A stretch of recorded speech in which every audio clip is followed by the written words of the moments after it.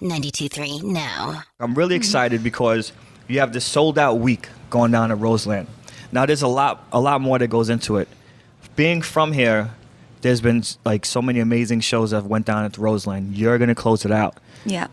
What was one of those shows that you saw as a New Yorker at Roseland that really comes out to your mind? Well, I actually went to see Franz Ferdinand at Roseland when I was just getting out of high school, and I broke my nose at the show because I got thrown into a mosh pit, and then I went to a bar with my girlfriends and used my fake Delaware ID to get in, and I was using a Bud Light to nurse my freshly broken nose, and then I had to lie to my mom and tell her that I, walked into a door or something, and she knew what had occurred.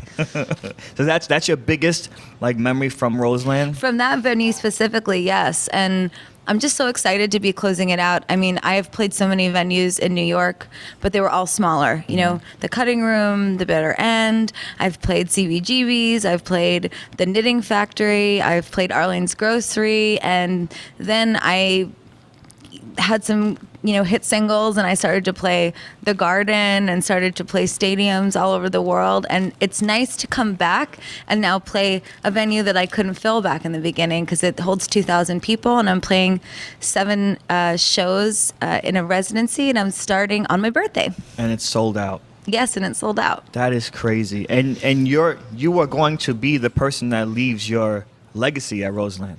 I'm excited. Well, I don't feel like I'm leaving just my legacy. I feel like I'm leaving, the legacy of many artists that have played on that stage. And it's important to acknowledge the history. We put together a really nostalgic show, and it's really a blend of the Monster Ball and the Born This Way Ball and the Art Pop Ball. So actually with a little bit of the Fame Ball, which is my very, very first little baby tour. So if you have never been to one of my shows before, you really get a taste of every tour.